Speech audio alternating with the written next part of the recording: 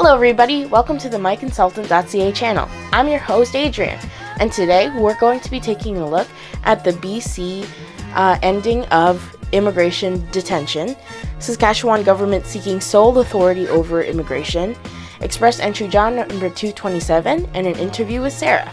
And then we'll be taking a look at the Government of Canada promoting its in-demand skilled trades.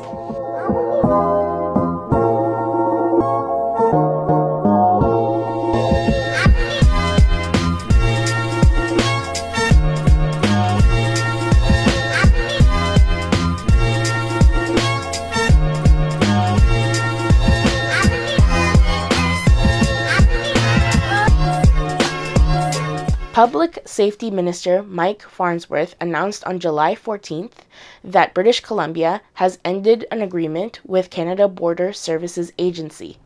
This agreement allowed BC to detain immigrants who had no prior criminal backgrounds in provincial-run correctional facilities. Calls for reform had begun in June of 2021 when Human Rights Watch and Amnesty International released that there were many detainees who had no prior criminal record and were being detained. British Columbia had recently ended this agreement with Canada Border Service Agency on the basis that it does not align with their stance on human rights. This news comes as a relief for both potential immigrants to British Columbia, current detainees, and human rights lawyers who are heartened by this decision. The province of Saskatchewan has introduced legislation that would allow the province greater autonomy over immigration. This would primarily give Saskatchewan authority to nominate newcomers to the province. On July 28th, Immigration and Career Training Minister Jeremy Harrison put forth the proposal of the Saskatchewan Immigration Accord. If the Saskatchewan Accord was to be approved, the provincial government said it would reduce confusion among newcomers and prospective immigrants. The proposal also requests a transfer of settlement funds to allow for a smoother process for international recruitment by employers. About every 2 weeks, the IRCC releases its rankings for the Express Entry system. They rank Express Entry candidates in the pool using a points-based system called the Comprehensive Ranking System.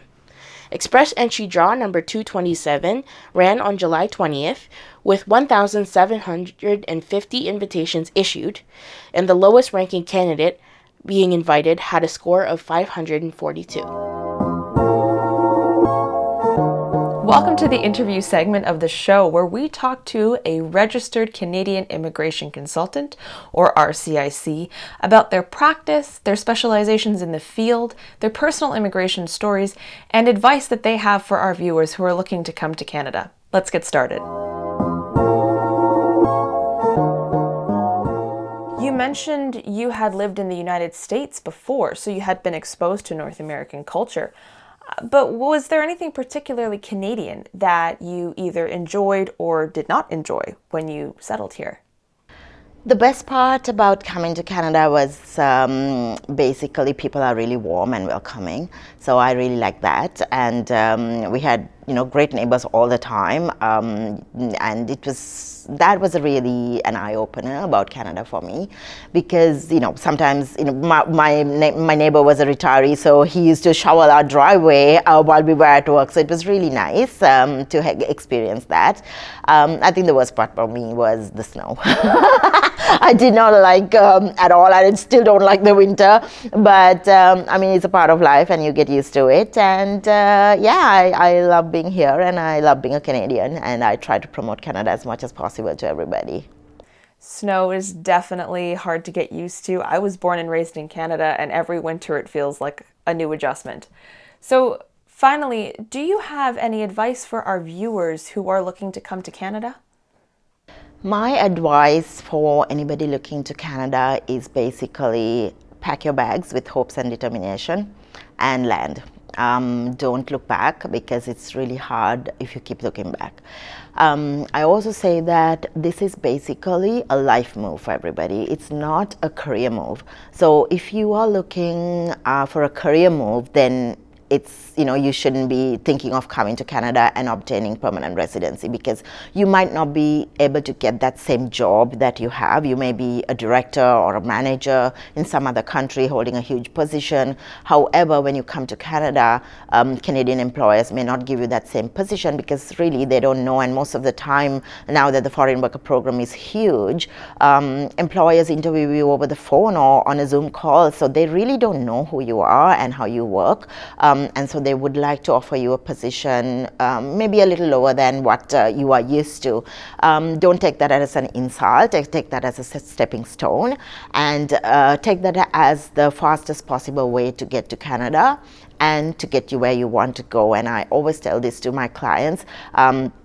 I'm not here to get you a job or improve your career. I'm here. My only goal is to get you a permanent residency, and therefore, my advice and my way of working with you is to get you to from where you are to your permanent residency in the shortest possible way. And if that means that you need to take a step back, that's okay. And it also means that you're willing to do whatever it takes to get your permanent residency, and to have that courage and hope and determination to get to the residency pathway. That is a lot of great advice. On behalf of the entire MyConsultant.ca show team, I'd like to thank you, Sharmila, for joining us today, and thank you for joining us, viewers, for this interview segment. Hey folks, today we're going to be talking about the most desirable skills for newcomers in Canada. According to the Employment and Social Development Department of Canada, skilled tradespeople are in extremely high demand. Any newcomers to Canada can expect to find many well-paying jobs and build up promising careers in the trades. As of January 2022, the Government of Canada has projected about 700,000 people to retire between 2019 and 2028, so they are encouraging newcomers and permanent residents to go into the trades industry. The COVID-19 pandemic has also had a huge impact on Canada's apprenticeship industry, with data from 2020 showing the largest annual decline in apprenticeship registrations since 1991. The Canada Apprenticeship Forum claims that around 75,000 new apprentices will be needed to be hired during the next 5 years in order to meet the demand. The construction trade is likely going to remain in high demand, as the industry is proposed to recruit over 300,000 new workers over the next decade. The top trades that are in most need of new talent include welding, industrial mechanics, bricklaying, boiler making, food services, and hairstyling. Potential newcomers are encouraged to check out canada.ca/skilled trades, which is a website that provides valuable information on the industry.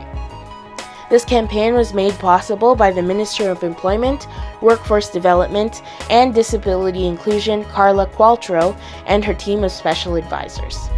This site also highlights the trades that are in high demand with each region of the country. To further support more Canadians and newcomers who are interested in joining the skilled trades, the Government of Canada is investing over $1 billion annually in apprenticeship programs through grants, loans, and tax credits. There will also be employment insurance benefits during in-school training, project funding, and various other employment programs. In 2019, the Canadian Apprenticeship Program was announced and will be used to support existing apprenticeship programs. That's all for today. Thanks for joining us this week. Be sure to click the bell icon and subscribe to the MyConsultant.ca channel. If you want to learn more about the content we discussed today, visit MyConsultant.ca, where you can speak to a licensed immigration and citizenship consultant. I'm Adrienne Quijano, and we'll see you next week. Bye!